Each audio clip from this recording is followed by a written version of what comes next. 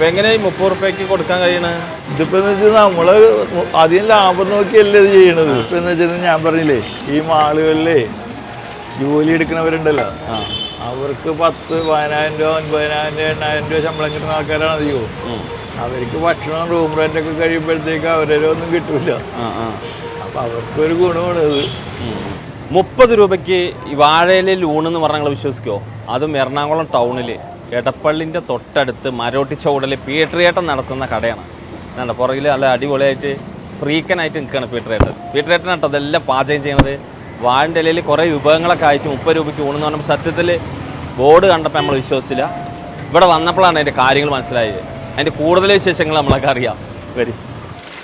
ആദ്യം കഞ്ഞിയായിട്ട് തുടങ്ങി 2 കൊല്ലത്തോളം കഞ്ഞി തുടങ്ങി. പിന്നെ ഊണായിരുന്നു. ഊണാക്കിയത് ഇപ്പൊ 30 രൂപ ആക്കിയിട്ട് എത്രയായി?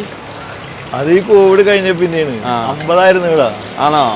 കുറയ്ക്കുക ചെയ്ത് എല്ലാരും കൂട്ടുകയാണ് ചെയ്യാറ്. ഇതെന്ന് വെച്ചിട്ടുണ്ടെങ്കിൽ 50 രൂപയില് നമുക്ക് അന്ന് നല്ല തിരക്ക് തന്നെയാണ്. തിരക്കൊന്നും കുറവൊന്നും ഉണ്ടായിരുന്നില്ല. പക്ഷേ ഈ കോവിഡ് വന്നു കഴിഞ്ഞപ്പോൾ ജനങ്ങൾക്ക് ജോലി വേണ്ടേ, അപ്പോഴത്തേക്ക് നമ്മളങ്ങനെ അത് കുറച്ചതാണ്. പിന്നെ അതങ്ങനെ കൂട്ടിയില്ല. പിന്നെ കൂട്ടാൻ ഇവിടെ ഈ മാളുകളിലൊക്കെ ജോലി എടുക്കുന്നവരുണ്ടല്ലോ ഒരുപാട്. അവർക്കൊക്കെ ഈ 10, 10,000, 9,000, 8,000 അങ്ങനെയുള്ള ശമ്പളക്കാരാണല്ലോ അധികവും. അവർക്ക് റൂം റെന്റും ഇതെല്ലാം കൂടി നോക്കുമ്പോഴത്തേക്കും അവർക്കൊരു ഗുണമുണ്ട്. അവർക്ക് നമ്മൾ സ്വന്തം കട, സ്വന്തം പണി. 30 റുപ്യൻ്റെ ഊണിൻ്റെ കൂടെ എന്തൊക്കെയാണ്? ഇലയിലല്ലേ ഊണ്? എന്തൊക്കെയാണ് ഉണ്ടാകുക 30 രൂപൻ്റെ ഊണില്? അതിൽ തോരനുണ്ടാവും, ഒരു കൂട്ടുകറി ഉണ്ട്, ഒരു അച്ചാറുണ്ടാവും, പിന്നെ ചാറ്, സാമ്പാർ, തക്കാളി ചാറ്, മീൻ ചാറ്, അങ്ങനെ 3 ചാറും ഉണ്ടാവും. ഇന്നിപ്പോ ചിക്കൻ ഉണ്ട്, ബീഫ് ഉണ്ട്, തിലോപ്പി ഉണ്ട്, ചാളയുണ്ട്, കക്കിറച്ചി ഉണ്ട്. കക്ക 50 രൂപ.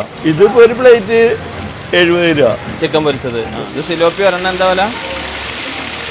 ഇന്നിപ്പോ 70 രൂപ. ഇത് നിങ്ങളെ സ്വന്തം സ്ഥലമാണ്?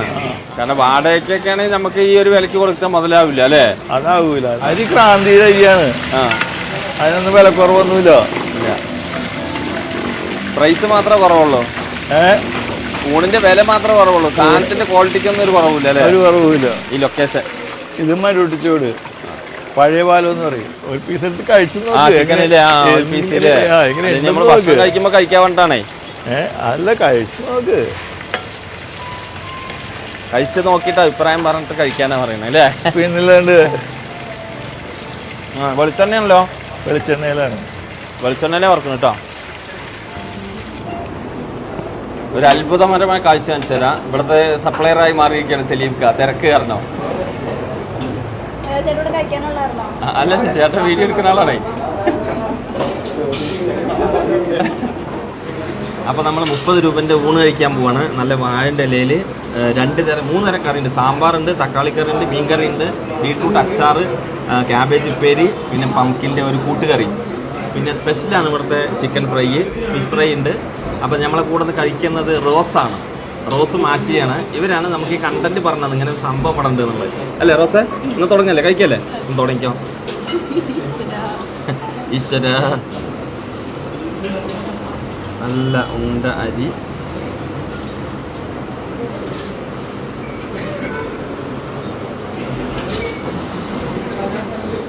രൂപയ്ക്ക് സത്യത്തിൽ ഒരു അത്ഭുതമാണ്. ഞാൻ അത്ഭുതത്തിന്റെ തിരക്കാണ് ഈ പുറകിൽ കാണുന്നത് അല്ലേ? ഇവിടുത്തെ ചിക്കൻ ഫ്രൈ ആണ് സ്പെഷ്യലി.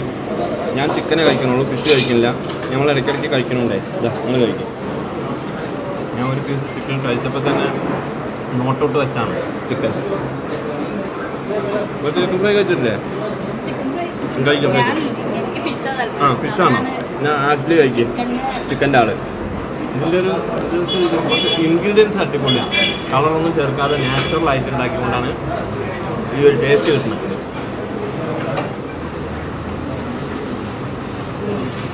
ബീട്രൂട്ടിന് അച്ചാറ്,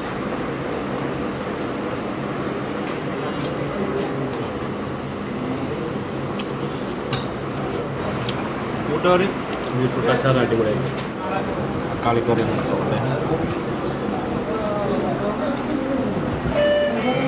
തക്കാളിക്കറി. അപ്പോൾ അവിടുന്ന് നേരെ ഊണ് വാങ്ങുക, തക്കാളിക്കറി വാങ്ങിക്കുക, ഒരു ചിക്കൻ ഫ്രൈയും വാങ്ങിച്ച് എന്തായാലും കഴിച്ചോളൂ.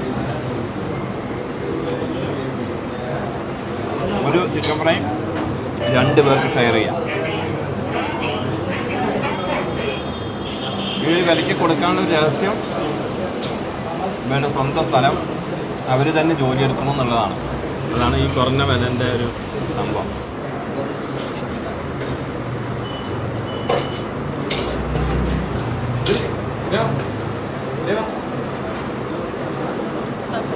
നല്ല ഫുഡാണ്, കഴിക്കാൻ വേണ്ടി മാത്രമേ കൊണ്ടുവന്നു. ഫുഡ് നല്ല ഫുഡായതുകൊണ്ടല്ലേ നമ്മളങ്ങോട്ട് വിളിച്ചു വരുത്തിയില്ലേ? അപ്പൊ എങ്ങനെയാ ഫുഡ് ഇഷ്ടപ്പെട്ടോ? ഫുഡ് അടിപൊളി, ഞങ്ങൾ വിളിച്ചത് ഉപകാരമായി. നല്ല സ്പോട്ടാണ്, അതായത് ബഡ്ജറ്റ്ലിയാണ്, ടേസ്റ്റിയാണ്. അപ്പോൾ താങ്ക്സ് ആണ് നമ്മുടെ റോസിനും ആഷ്ലിക്കുമാണ് ഇതിൻ്റെ ക്രെഡിറ്റ്. ഏതായാലും ഈ വഴി പോകുന്നവരൊക്കെ വന്ന് കഴിക്കാം അല്ലേ? ഓക്കെ, അപ്പം സ്റ്റാർട്ട് കൊടുത്താലോ?